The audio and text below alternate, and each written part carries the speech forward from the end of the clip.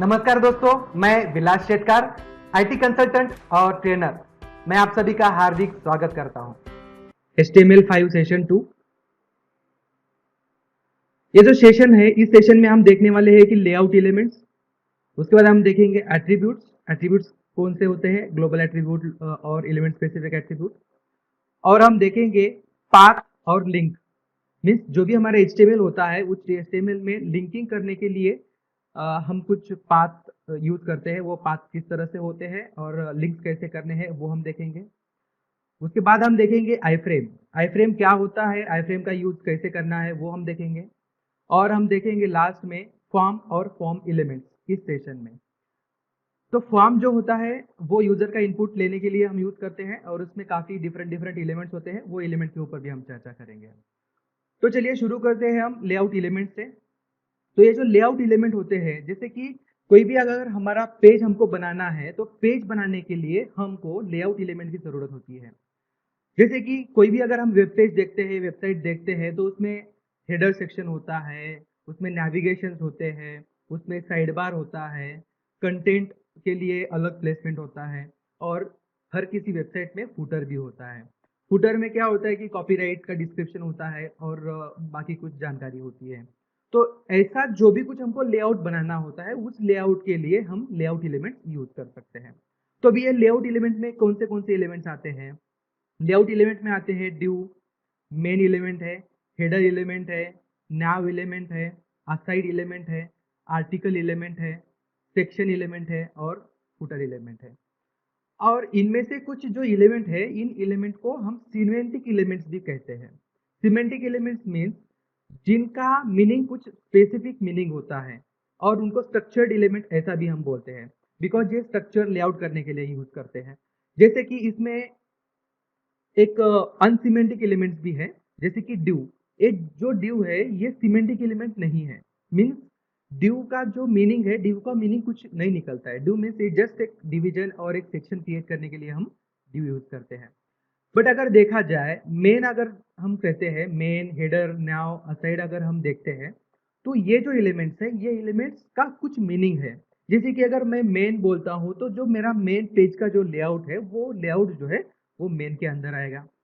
अगर मैं हेडर की बात करता हूं तो हेडर जो है मेरे पेज का हेडर क्रिएट करने के लिए ही उसका यूज होगा।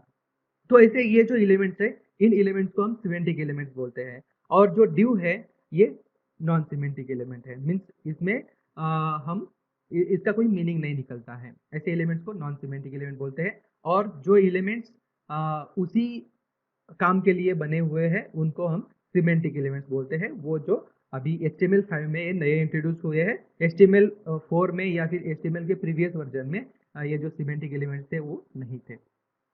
तो चलिए हम इसका यूज कैसे करते हैं वो देखेंगे और इसके कुछ एग्जांपल्स हम देखेंगे। पहले हम एक बेसिक एग्जांपल देखते हैं कि ये जो कुछ लेआउट हमको बनाना है वो लेआउट किस तरह से बनाना है। चलिए, तो ये हमारा एक एग्जांपल है। इसमें हमने हेडर सेक्शन लिया है, पेज का टाइटल वहाँ पे हमने मेंशन किया है। उसके बाद home, about us, contact us, ये कुछ हमने लिंक्स दिए हुए हैं। जैसे कि कोई भी अगर पेज हम लेते हैं तो सभी पेज में जो है अपना खुद का एक नेविगेशन होता है। तो छोटा सा हमने नेविगेशन भी यहाँ पे बनाया हुआ है। उसके बाद हमने दिया है यहाँ पे कि साइड बार, साइड बार दिया है। और जो मेन कंटेंट है वो आर्टिकल का पेज भी हमने यहाँ पे दिया है। और जो फुटर है, फुटर में जस्ट कॉपीराइट का कंटेंट यहाँ पे डाला हुआ है। तो इस तरह का अगर हमको लेआउट बनाना है तो इसके लिए कौन से एलिमेंट लेने हैं, वो कौन से एलिमेंट कहाँ पे प्लेस करने हैं, ये सारी चीजें हम आज के सेशन में हम देखेंगे। जब भी हमको लेआउट करना है, लेआउट करने के लिए कोई तो एक कंटेनर की जरूरत होती है। मीन्स उसी कंटेनर में जो है हम हमारा सारा जो भी कोड है वो कोड हम उसमें लिखते हैं। तो इसीलिए जो मेन कंटेनर है, मेन कंटेनर के लिए मेन एलिमेंट है वहां पे। तो ये मेन एलिमेंट जो है हम यूज कर सकते हैं। उसके बाद हेडर क्रिएट करने के लिए जो पेज का हेडर होता है, वो हेडर क्रिएट करने के लिए हम हेडर एलिमेंट यहाँ पे ले सकते हैं। और हेडर एलिमेंट में टाइटल जो हमका पेज का जो टाइटल हमको देना है उसके लिए हम H1 एलिमेंट ले सकते हैं, जो कि हेडिंग एलिमेंट हमने डिस्कस किया हुआ है। उसके बाद नैव एलिमेंट यहाँ पे हमारे पास अवेलेबल है। नैव एलिमेंट में हम जो भी कुछ हमारे पेज में नेविगेशन के लिंक्स है वो सारे लिंक्स हम उसमें प्लेस करते हैं। जैसे कि हमने नैव एलिमेंट में एंकर एलिमेंट हमने दिया है, लिंक प्लेस किया है, होम, अबाउट अस और कॉन्टैक्ट अस के ये 3 लिंक्स हमें उसमें दिए हैं। उसके बाद सेक्शन, सेक्शन ए भी एक सिमेंटिक एलिमेंट है। ये जो भी कुछ हमारा पेज है, पेज को ब्रेक करने के लिए, पेज को डिफरेंट डिफरेंट सेक्शन में डिवाइड करने के लिए ये सेक्शन एलिमेंट हम यूज कर सकते हैं। तो हमने यहाँ पे एक सेक्शन एलिमेंट यूज किया। ये जो सेक्शन है, सेक्शन के अंदर हमने 2 डिफरेंट एलिमेंट यूज किए। एक यूज किया असाइड। असाइड का जो मीनिंग है वो साइड बार के लिए हम बेसिकली यूज करते हैं। ये जो असाइड है, जैसे कि कोई आर्टिकल होता है या फिर हमारा वेबसाइट होता है, वेब पेज होता है, उसमें कुछ सपोर्टिव लिंक अगर हमको देने हैं, साइड नेविगेशन में अगर कुछ हमको लिंक देने हैं या फिर कुछ सपोर्टिव इंफॉर्मेशन अगर हमको प्रोवाइड करनी है, तो उसके लिए हम ये असाइड जो एलिमेंट है वो एलिमेंट हम ले सकते हैं।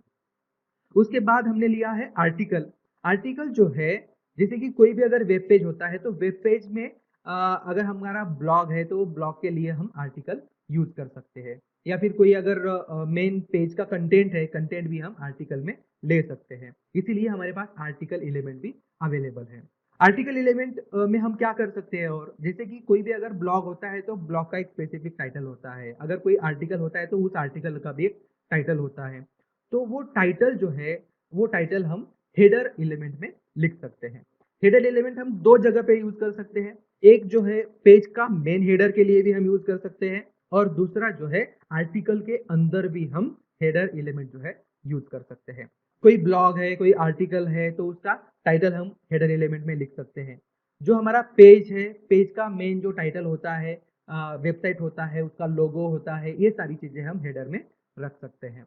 उसके बाद जो आर्टिकल है, आर्टिकल के रिलेटेड वो आर्टिकल किसने लिखा है, उसका ऑथर कौन है, वो आर्टिकल कब लिखा गया था, उसका डेट क्या है, पब्लिशिंग डेट क्या है, और कुछ उसके डिटेल्स अगर रहते हैं तो ये सारे डिटेल्स जो है वो डिटेल्स हम उसमें हेडर में लिख सकते हैं। जैसे कि हमारा जो प्रिंट किया वाला बुक होता है, उस बुक में भी अगर हम देखते हैं, कोई अगर एक आर्टिकल होता है तो उस आर्टिकल में भी टॉप में जो है हेडर होता है, उसमें उस आर्टिकल का टाइटल होता है और उसका ऑथर का नेम, ऑथर के डिटेल्स, उसके बाद उसका डेट, ये सारी चीजें जो है ये हेडर में होती है। तो ये जो है ये हेडर उसी की तरह से काम करता है। उसके बाद हम हमारे आर्टिकल में कुछ सेक्शन भी कर सकते हैं। जैसे कि अगर हमारा आर्टिकल डिफरेंट सेक्शन में अगर डिवाइड हो चुका है तो उसके लिए हम सेक्शंस यूज कर सकते हैं। ये जो सेक्शन है, सेक्शन यूज करके हम उसमें कंटेंट जो है हमारा प्लेस कर सकते हैं। तो ये सेक्शन का मीनिंग यूज जो है, हमारा पेज ब्रेक करने के लिए, पेज को डिफरेंट डिफरेंट सेक्शन में डिवाइड करने के लिए सेक्शन यूज करते हैं। सेक्शन का मीनिंग जो है वही एलिमेंट हमको यूज करना है। मीन्स ये जो है, ये जो कुछ सिमेंटिक एलिमेंट्स है, HTML5 के जो लेटेस्ट एलिमेंट है सिमेंटिक, ये जो है इनका मीनिंग ही वैसा है। अगर आर्टिकल में बोलता हूँ तो आर्टिकल में सिर्फ हम आर्टिकल का ही कंटेंट उसमें प्लेस करेंगे, ना कि उसमें अदर कुछ कंटेंट प्लेस करेंगे। जैसे कि हमने सेक्शन बोला, तो सेक्शन का जो यूज है, सेक्शन का यूज हमारे पेज को सेक्शन में डिवाइड करने के लिए हम उसको यूज करेंगे, ना कि उसमें हम कुछ अलग एलिमेंट्स डालेंगे। सेक्शन में हम कभी हेडर का एलिमेंट नहीं डाल सकते, हेडर के एलिमेंट में हम कभी सेक्शन नहीं बना सकते। इस तरह से ये जो एलिमेंट्स है उन एलिमेंट का स्पेसिफिक मीनिंग है, और उसी के लिए हमको ये जो एलिमेंट्स है वो एलिमेंट यूज करने हैं। और ये जो सिमेंटिक एलिमेंट्स है, ये सिमेंटिक एलिमेंट हम इसलिए भी यूज कर सकते हैं कि जो सर्च इंजन होते हैं वो सर्च इंजन उसको रिकॉग्नाइज करे, और रिकॉग्नाइज करके उसको उस तरह से उसका इंडेक्सिंग जो है इंडेक्सिंग कर सकते हैं। इसीलिए भी ये जो सिमेंटिक एलिमेंट है इसका यूज होता है। ठीक है, तो हमने यहाँ पे एक छोटा सा आर्टिकल लिया, और उस आर्टिकल में हमने हेडर सेक्शन लिया। हेडर सेक्शन में आर्टिकल का जो टाइटल है वो टाइटल हमने प्लेस किया। उसके बाद जो ऑथर है, ऑथर का नेम भी हमने यहाँ पे प्लेस किया। उसके बाद हमने सेक्शन लिया, उस सेक्शन में छोटा सा हमने एक लाइन का कंटेंट डाला हुआ है। तो हम यहाँ पे मल्टीपल कंटेंट भी हम यहाँ पे डाल सकते हैं। उसके बाद हमने ये सेक्शन जो है, इस सेक्शन को हमने क्लोज कर दिया। मीन्स अभी हमारा जो मेन पेज है, मेन पेज हमारा 2 सेक्शन में डिवाइड हुआ। एक जो है हेडर सेक्शन, और दूसरा जो है सेक्शन। उस सेक्शन में हमने फिर से 2 पार्ट किए। एक सेक्शन जो है असाइड, मीन्स जो भी हमारा पेज का साइड बार है वो साइड बार बनाने के लिए हमने असाइड यूज किया, और जो मेन हमारा पेज का कंटेंट है वो कंटेंट प्लेस करने के लिए हमने यूज किया आर्टिकल। उसके बाद हमारे पास फुटर एलिमेंट है। फुटर एलिमेंट जो है, ये फुटर एलिमेंट हम आर्टिकल के अंदर भी प्लेस कर सकते हैं और जो हमारा मेन पेज होता है उस पेज में भी हम इसको प्लेस कर सकते हैं। अभी फुटर आर्टिकल में किस तरह से यूज कर सकते हैं? आर्टिकल का जो समरी होता है या फिर कुछ ग्लोसरी हम लिखते हैं आर्टिकल के अंत में, तो वो लिखने के लिए हम ये फुटर एलिमेंट का यूज कर सकते हैं। और जो हमारा पेज होता है, पेज के अंत में जो कुछ हमारा कॉपीराइट कंटेंट होता है या फिर कुछ एडिशनल लिंक्स होते हैं, कुछ सपोर्टिव कंटेंट होता है, वो कंटेंट प्लेस करने के लिए हम जो है फुटर एलिमेंट यूज कर सकते हैं। तो इस तरह से जो है ये हमारा पेज हम बना सकते हैं, हमारा लेआउट बना सकते हैं। बट ये जो भी कुछ एलिमेंट है, ये एलिमेंट हम अगर प्लेस करते हैं बट उनको अगर हम स्टाइलिंग नहीं करते हैं तो ये पेज जो है, ये पेज ठीक से नहीं दिखता। तो अभी यहाँ पे हमने कुछ स्टाइल यूज किए हैं, तो ये स्टाइल हम निकाल के इस पेज को रन करके देखते हैं, फिर हम डिस्कस करते हैं ये स्टाइल क्या जरूरी है। ठीक है, ये एक हमारा बेसिक लेआउट हो चुका है। ये जो लेआउट है, इस लेआउट को हम रन करके देखते हैं कि ये पेज किस तरह से दिखेगा। तो देखिए हमने ये पेज जैसा हमने HTML पूरा कवर कर लिया है और कवर करने के बाद हमने रेंडर किया।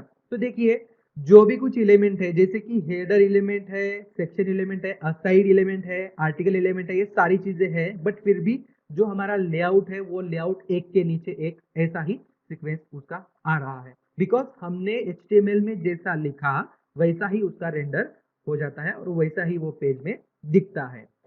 जैसे अगर उसको हमको साइड नेविगेशन अगर बनाना है, साइड बार, साइड को हमको साइड बार में कन्वर्ट करना है, तो हमको उसको थोड़ा सा स्टाइलिंग करना पड़ेगा। बाय डिफॉल्ट लेआउट, ये सिर्फ लेआउट एलिमेंट है, ये हमको हम उसको ब्लॉक में कन्वर्ट करने के लिए ये एलिमेंट हम यूज कर सकते हैं। बट ये एलिमेंट जो है अपने आप वो लेआउट नहीं क्रिएट कर सकते। इसके लिए हमको स्टाइल शीट यूज करना पड़ेगा, CSS हमको यूज करना होगा। CSS यूज करने के बाद हम उसका लेआउट जो है क्रिएट कर सकते हैं। जैसे कि अभी हमने डेमो एग्जांपल में देखा था कि जो हेडर है, हेडर के लिए थोड़ा सा रेड बैकग्राउंड आया था और जो असाइड है वो साइड में दिख रहा है और जो आर्टिकल है वो आर्टिकल भी साइड में दिख रहा है।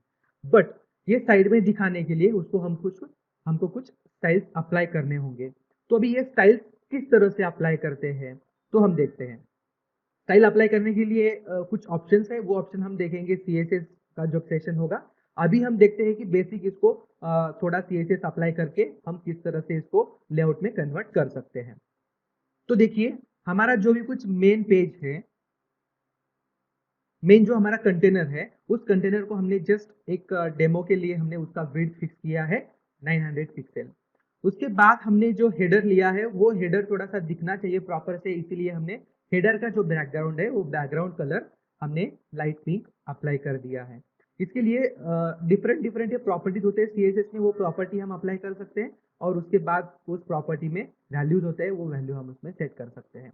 तो इसके लिए एक स्टाइल एट्रीब्यूट हमको यूज करना होगा। वो स्टाइल एट्रीब्यूट यूज करके हम जो भी कुछ हमका हमारा स्टाइलिंग है वो स्टाइलिंग हम उसमें अप्लाई कर सकते हैं।